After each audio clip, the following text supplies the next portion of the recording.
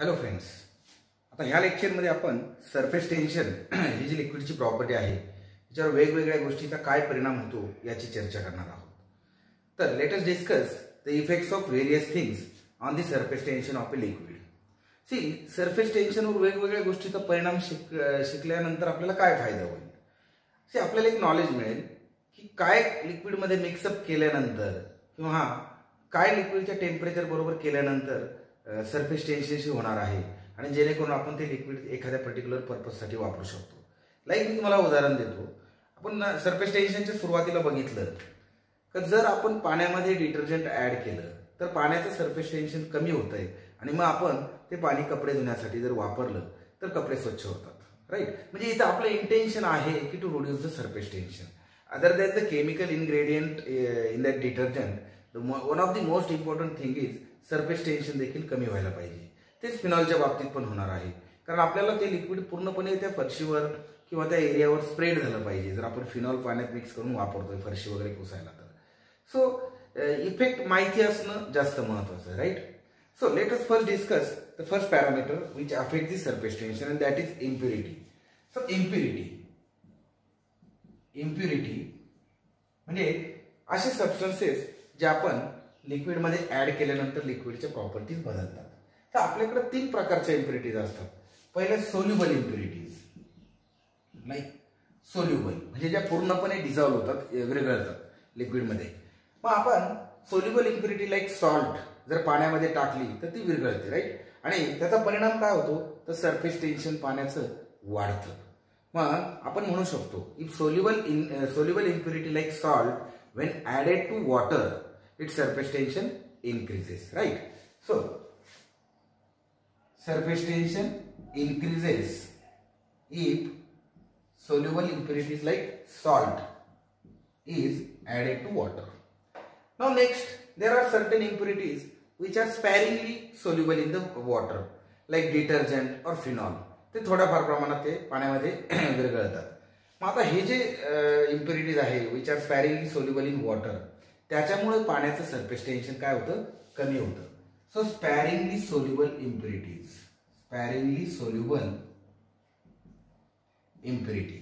So त्याच्यामुळे surface tension decrease होते. Right, आपल्याला परिणाम काय लक्षात ठेवायचा, surface tension decreases with sparingly soluble impurities. Now certain impurities which are insoluble in water, ज्या विरघळत नाही. राईट, लाईक तुम्ही पाण्यामध्ये माती टाका, दगड टाका, ते विरघळणार नाही. मग त्याचा परिणाम काय होतो surface tension. Again the surface tension decreases because the cohesive forces are reduce, adhesive forces are increase. So result is surface tension decrease होतो. So these are the effects of impurities on the surface tension of water in short. Right, प्रश्न काय येईल, what are the effects of, what is the effect of impurity or what are the effects of various impurities on the surface tension of water. So you have to discuss or write these points. Then let us discuss about the second factor, that is temperature. Now what happens because of the temperature on the surface tension? Okay. See, generally in case of almost all the liquids, surface tension decreases as the temperature increases, and at a particular value of temperature it becomes 0. That particular temperature is called as critical temperature. But there is an exception of molten copper and cadmium where the surface tension increases as the temperature increases. So हा point तुमचा MCQ point of view ने लक्षात राहायला पाहिजे का molten copper आणि molten कॅडमियमच्या बाबतीत सरफेस टेन्शन इन्क्रीज होतं with the increase in temperature. बाकी रेस्ट ऑफ द केसेसमध्ये, मोस्ट ऑफ द केसेसमध्ये ते डिक्रीज होतं. So these are the effects of impurity and temperature on the surface tension. Now will discuss the concept of excess pressure. Right, so let us understand what is mean by excess pressure. से आपण बघतो लिक्विडचे surfaces, free सरफेसेसच्या across एका साइडला liquid असतं तर दुसऱ्या साइडला air किंवा दुसरं एखादं मीडियम असतं. राईट, सो 3 प्रकारचे मेनिस्कस आपण डिस्कस केले, flat meniscus, then concave meniscus, convex meniscus. So this is liquid side, this is again liquid side. Let us say this is air, this is air. ही 3 cases मध्ये आपण दोन्ही साइडला एक एक पॉइंट कन्सिडर करू. Let us say A point air साइडला आहे, बी पॉइंट लिक्विड साइडला, इथं परत ए आणि बी, इथं ए आणि बी. आता फ्लॅट सरफेसेसच्या बाबतीत, हॉरिझॉन्टल सरफेसेसच्या बाबतीत जर आपण बघितलं the pressure on both the sides are equal. दोन्ही साइडला प्रेशर कसं असतं, सारखं असतं. त्यामुळे एक्सेस प्रेशर तिथे 0 होणार आहे. तर मुद्दा लक्षात ठेवा, फ्लॅट लिक्विड्स मध्ये लिक्विडच्या दोन्ही साइडला प्रेशर सारखं असतं. वरच्या साइडला ऑब्विसली ऍटमॉस्फेरिक प्रेशर असतं जे व्हर्टिकली डाऊनवर्ड डायरेक्शनने ऍक्ट होणार आहे आणि equal amount of force is there from the downward side आणि त्यामुळे नेट फोर्स 0 होईल आणि प्रेशर तिथे सारखं येईल. In case of concave liquid surfaces like water with glass, concave surface जर तयार झालेला असेल तर again effective pressure is from atmosphere, the atmospheric pressure is in downward direction and here this pressure is again in upward direction. The forces are in upward direction from the point B.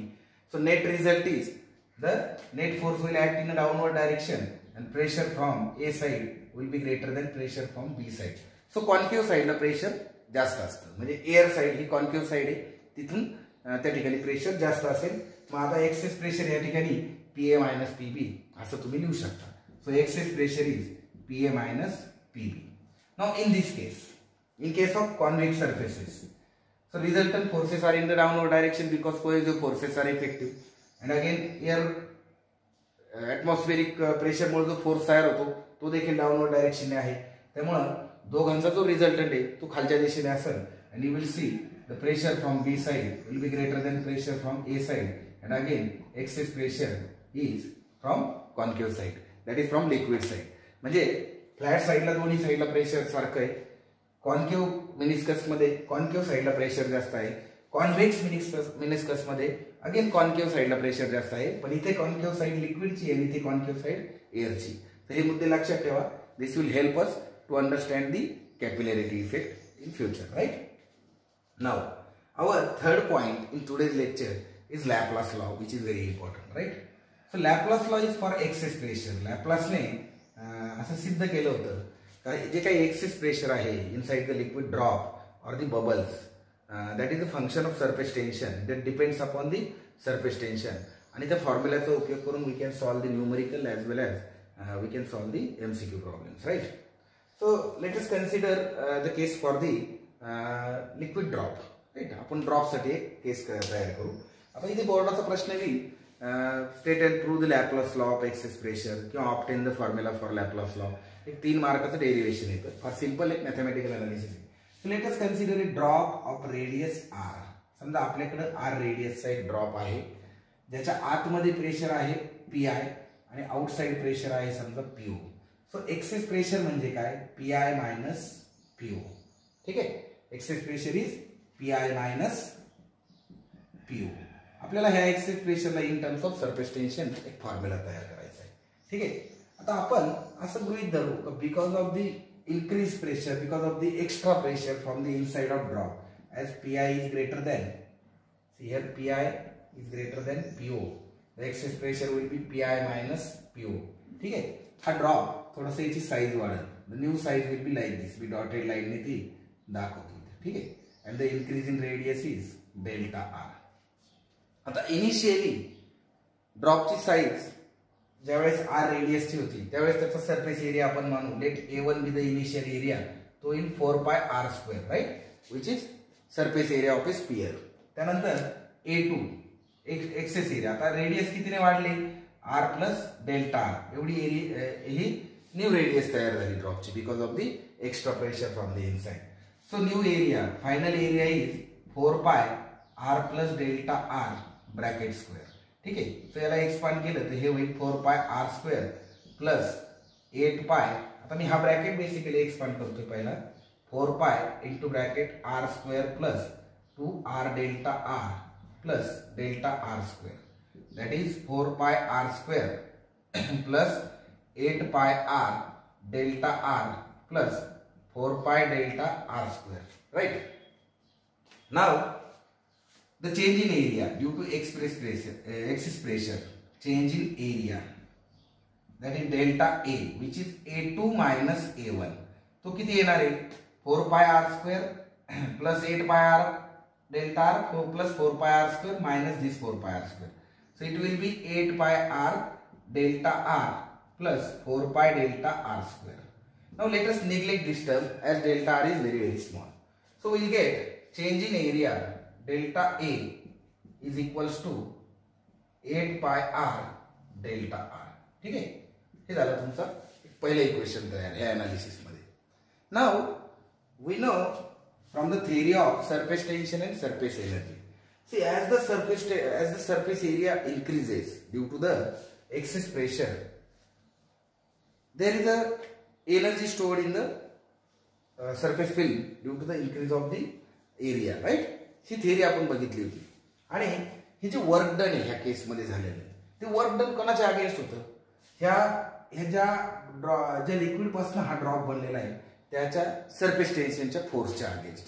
मग त्या थेअरीनुसार we know that work done is equal to T into change in area, right? T into change in area delta A. So that work is given by T into delta A. So let us put the value here. So will get work done in increase in area is T into 8 pi r delta r, right? So this is our equation in this case, first equation in this case. Now let us recall the theory of force and pressure. We know pressure is equal to force upon area, therefore force is equal to pressure into area. हे basic आपल्याला माहिती आहे, right? मग ह्या केस मध्ये area वाढतोय आणि pressure is Pi minus P0. Therefore, force is Pi minus P0 into dA. That is Pi minus P0 into change in area is 8 pi r delta r. Again, work done against this force is, आता काय होतंय, excess pressure मुळे area वाढतोय आणि तो area तो जे काही रेडियस इन्क्रीज होती, राइट? सो आर ची डेल्टा आर होती. तर हे जे होतंय सगळी प्रोसेस ही अगेन्स्ट फोर्स एफ हो राहिली. मग या केस मध्ये परत work done is equal to काय लिहिता येईल आपल्याला? Force into displacement delta R. So we can write Pi minus P0 into this 8 pi r delta r into delta r, right? So this work done and this work done is same. हे दोन्ही work done कसे आहेत? सारखे आहेत. So let us compare. So what we can see is Pi minus Po is equals Pi minus Po into 8 pi r delta r square is equals to T into 8 pi r delta r, right? So this is what we have achieved from the analysis, right? Now we have to obtain this expression finally for Pi minus Po. So we have done two equations basically. We have written two equations here for excess pressure for the work done. In first equation we have achieved TA. Then again in second equation, sorry, here we must take the area. This area we must take here is 4 pi r square, because this is not a change in area, this is the force which is acting from the inside on the this surface. So we'll take 4 pi r square because our analysis will be wrong then. So work done is equal to, now this is 4 pi r square into delta r. So let us change here 4 pi r square. So now our equation is right? 4 pi r square into delta r. So we have compared the work done due to the force, work done due to the surface tension. We have compared both the things. Now let us find out Pi minus P0 is equals to, here delta r will get cancelled. Then this 4 pi is nothing but 8 pi divided by 4 pi, that is 2t, and this r will get cancelled with this r square. So this is 2t upon r. Now this is our formula, Laplace formula you can say for the excess pressure, right? So ड्रॉपच्या बाबतीत excess pressure is equal to 2 times surface tension divided by radius. मग आपण म्हणू शकतो surface tension excess pressure is directly proportional to surface tension. आपण म्हणू शकतो excess pressure is inversely proportional to the radius of the drop. ठीक आहे, हे रिलेशन तिथे तयार होते. नाउ ड्रॉपच्या जागेवर जर आपण बबल घेतला तर काय फरक पडेल? ठीक आहे, if we take bubble, so बबलच्या बाबतीत काय होतं, डबल एरिया, हा जो एरिया आलेला आहे आपला डेल्टा ए, हा आपण इथं A2 मायनस A1 करून घेतला. आता इथे A1 म्हणजे 4 पाय आर स्क्वेअर, त्याच्याऐवजी तो किती होईल 8 पाय आर स्क्वेअर, आणि इथे परत तो 8 पाय आर स्क्वेअर होईल. म्हणजे इथे तो actually 16 pi R delta R होईल. सो फक्त एरियामध्ये चेंज होईल, it will become 16 pi R delta R in case of bubble, because त्याच्या दोन्ही साईडला सरफेस फिल्म तयार झालेली असते, त्यामुळे आपल्याला दोन्ही साईडचा एरिया दुप्पट घ्यावा लागेल. आता अनालिसिस मध्ये परत आपण हे वर्क डन आणि हे वर्क डन किती होईल, मग आता DW will become this T into 16 pi r delta r, right?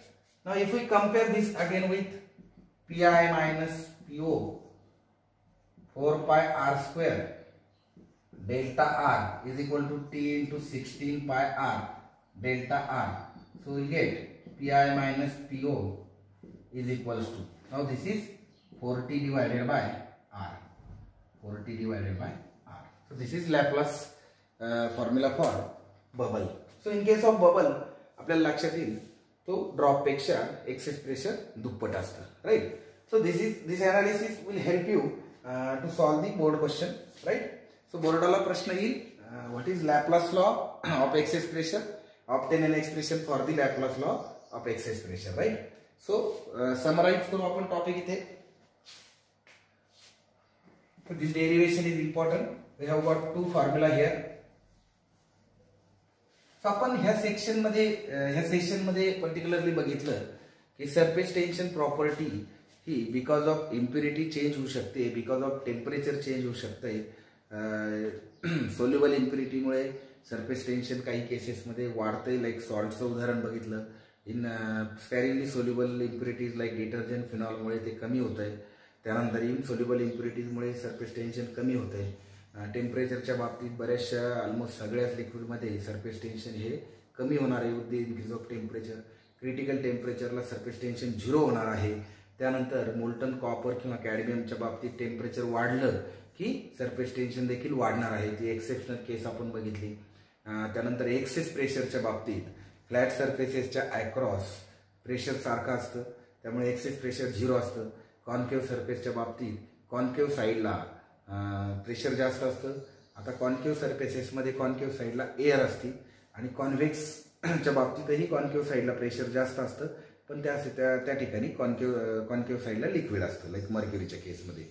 आणि लॅपलास लॉमध्ये मेनली आपण बघितलं तर Laplace law Pi minus P0 that means excess pressure inside the drop ते असतं 2T by R आणि excess pressure inside the bubble ते असतं 4T by R. This is for solid drop and this is for bubble.